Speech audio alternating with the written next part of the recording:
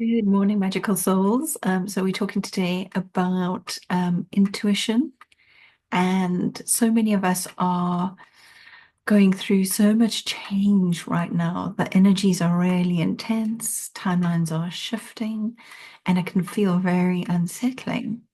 So, how do we stay connected to our truth? How do we trust our intuition when the path ahead isn't clear?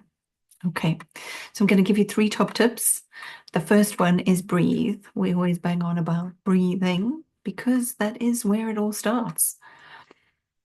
Intuition isn't loud, it's a gentle nudge, a soft knowing that lives in the quiet spaces of your mind.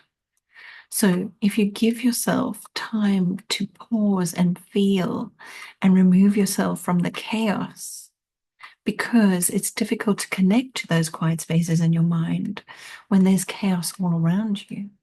If you need to, if you're surrounded by people, excuse yourself, go to the bathroom, go to your car, find a quiet space where you're alone with your own thoughts, with your own mind. That's how we detach. I mean, ideally, I want you to go to a beautiful forest and stand against a tree with your back against a tree and just find the peace within that way. But we live in a dynamic world, and that's not always possible. So, second best, just find some space on your own. Second, point number two is notice what your body is telling you when you get alone with your own thoughts. When you ask a question, does the answer feel light and open or heavy and closed off? Your soul, your higher self, speaks through sensation. Also, you can ask a question, is this God's truth? Okay. When we bring in the word God, that changes a dynamic, and you will hear and feel if this is true.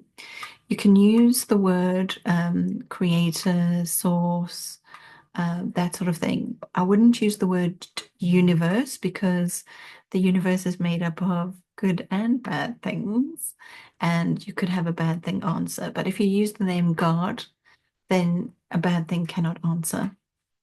So you would say, is this God's truth? You would ask a question about a subject and say, is this God's truth? And then you'd be able to feel if that's correct for you or not. Okay.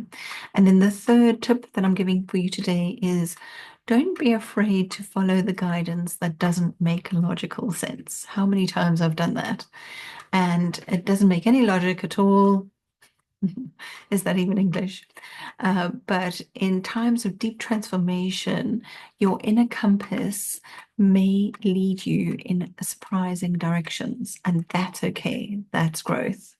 Okay, so you can trust that intuition, even if it looks wrong on the outside. It's right on the inside. Please also remember, magical ones, you are never alone. Your higher self is there. Your dragons, the divine, the archangels, holding you, guiding you, and cheering you on always. So keep listening, keep trusting. Your intuition knows. And I hope you have a very magical day today. Take care.